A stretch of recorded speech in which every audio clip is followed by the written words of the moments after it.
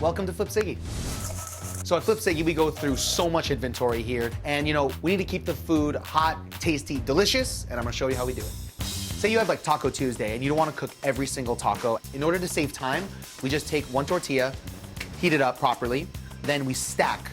Take a cold one, put it right on top, stack that next to on top of a hot one, cold one, hot one, and you're just gonna alternate. When you do that and you're serving a lot of different tortillas, it actually can heat the entire stack without having to heat up every single one. By doing the stacking method, they actually keep for a very long time, and that's how we even transport them to caterings. A lot of people, when folding a burrito, don't really understand how to get everything in while keeping it tight. So to avoid the spillage, you're gonna fold the sides first. You're gonna fold it over, make it tight right here, fold about 1/2 inch in, then you're gonna do one tight roll. Perfectly sealed, and of course, it's delicious. When it comes to heating meat and keeping it hot, a pretty common dilemma is getting the meat hot without drying it out. One thing we use here is the double boiling technique to reheat our meat. You got your bowl, you got your hot water, double boil it, bam, juicy, awesome meat ready to go. Look at all that moisture that's coming right out of it. You know when you always have that problem where guacamole turns brown? Here's what we do to keep that from happening. Sour cream. Sour cream will help prolong the browning of it and actually add a nice creamy texture to already a creamy avocado. I would say for pretty much one avocado, you need 1 tablespoon of sour cream. So here we serve some spicy food. I love spicy food, but some people don't. And if you try something that you didn't know was spicy and your mouth starts burning, spoonful of sugar, spicy hot, takes it right away. It's crazy, it actually eliminates all that heat. Cross-utilization is taking one ingredient in a restaurant and using that same ingredient across 2, 3, 4 different menu items, and that you're being as efficient with the use of food as possible. What you do is you take chicken, braise it, then use some of that juice to put into your gravy, but then you take it and you pull it and you put this right here in our tacos, in our bowls, and in our burritos. So those are the secrets to my kitchen. Just make sure you don't tell anyone. First off, we're gonna make the sauce. Dan Dan noodles all across, everyone knows they're spicy. Right. So when you make Dan Dan noodles, you just wanna have a little bit of oil, and then like 3 different types of chili. So you're gonna have sriracha, which is definitely something that I love. Sriracha. And then some Szechuan spicy chili right here. And then some sambal, which is more like a chunkier, like I sriracha. love sambal. I love sambal, yeah.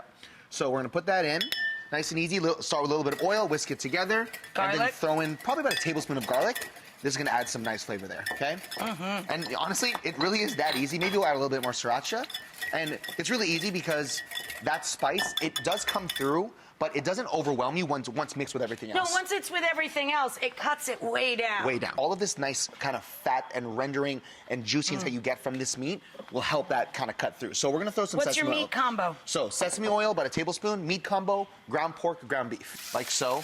And then simultaneously mix in ginger, onion, and scallion. Thank you. And here's the trick that a lot of people don't realize. You're gonna season this with the pack that you get The ramen packet. from the ramen packs. We're just gonna throw that in.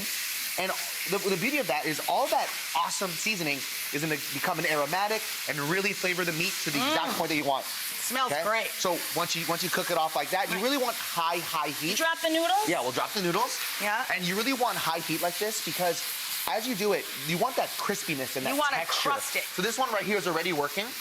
And as you can see, it's nice and charred, and you have like nice flavor built up there, good caramelization.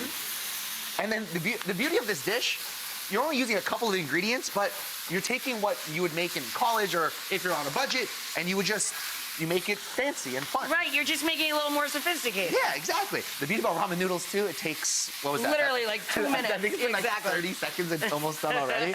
So we have some already cooked off right here. We're gonna throw this directly into the meat. So we're gonna put it right here. Here, baby, you want to do the Yes, tossing and I'll please. pour your sauce? Okay.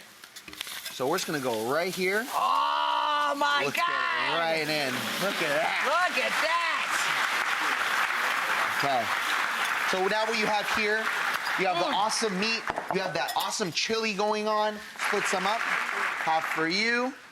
Put extra meat on Yeah. that guy. Get some of that meat over there for sure. Put extra crispy meat. Extra crispy. And then you're gonna garnish with a little bit of scallion. Scallions. Right on top. Nice aromatic.